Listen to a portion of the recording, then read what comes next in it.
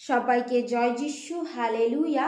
ঈশ্বরের বাক্য বলছে হোশেও 4:6 আর তুমি দিবসে উছট খাইবে ও ভাববাদী রাত্রিকালে তোমার সহিত উছট খাইবে, এবং আমি তোমার মাতাকে বিনাশ করিব।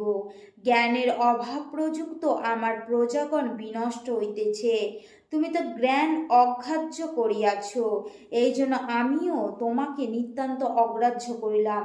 তুমি আমার যাজক থাকিবে না, তুমি আপন ঈশ্বরের ব্যবস্থা বলিয়া গিয়াছ, আমিও তোমার সন্তানগণকে ভুলিয়া যাইব। হালেলুয়া। যারা ঈশ্বরের বিরুদ্ধে উঠছ, যারা মন্দির ভাঙছ, ঈশ্বরের গৃহকে ভাঙছ, তারা সবাই সাবধান। কারণ ঈশ্বরের ক্রোধ যদি নেমে আসে, সমস্ত পৃথিবী ধ্বংস হয়ে যেতে পারে।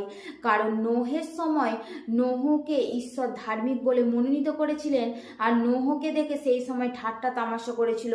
সেই মুহূর্তে দাঁড়িয়ে নোহকে দেখেও কি সবাই ঠাট্টা তামাশায় হাসির খোরাক করেছিল।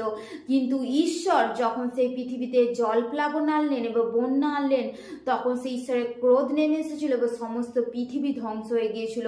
সেই জন্য ঈশ্বরের বাক্য বলছে যে তোমরা যারা ঈশ্বরের বিরুদ্ধে উঠছো, তোমরা সাবধান। হালেলুয়া। ঈশ্বরের বাক্যে ঈশ্বর আশীর্বাদ করুক। আমেন।